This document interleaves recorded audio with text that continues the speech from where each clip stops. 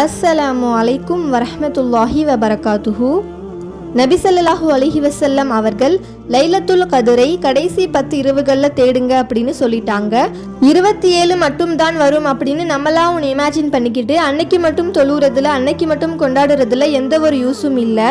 அன்னைக்கு லைலத்துல் கத்ரா இல்லாமல் இருந்துட்டா நம்ம எல்லாரும் நஷ்டவாளிகளாக ஆயிடுவோம்.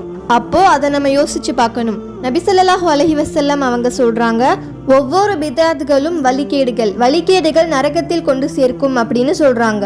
நம்ம நன்மைன்னு நினைச்சு செய்யக்கூடிய ஒரு விஷயம் நரகத்துல கொண்டு போய் சேர்க்கும் அப்படின்னா அதை செய்யலாமா? இஸ்லாத்துல எந்த ஒரு காரியத்தையும் புதுசா திணிக்க கூடாது. நபி ஸல்லல்லாஹு அலைஹி வஸல்லம் அவர்கள் 27 தான் லைலத்துல் கத்ர்னு சொல்லல. அன்னைக்கு செலிப்ரேஷன் அப்படிங்கிறது இஸ்லாத்துல இல்லவே இல்லை. இஸ்லாமியர்களுக்கு 2 கொண்டாட்டம் தான், ஈதுல் ஃபித்ர், ஈதுல் அத்ஹா. நடுவுல ஒரு புது கொண்டாட்டத்தை கொண்டு வரக்கூடாது. யாருக்கு தெரியும், 29ல கூட லைலத்துல் கத்ர் வரலாம். கடைசி 10களில் லைலத்துல் கத்ரை தேடுவோம்.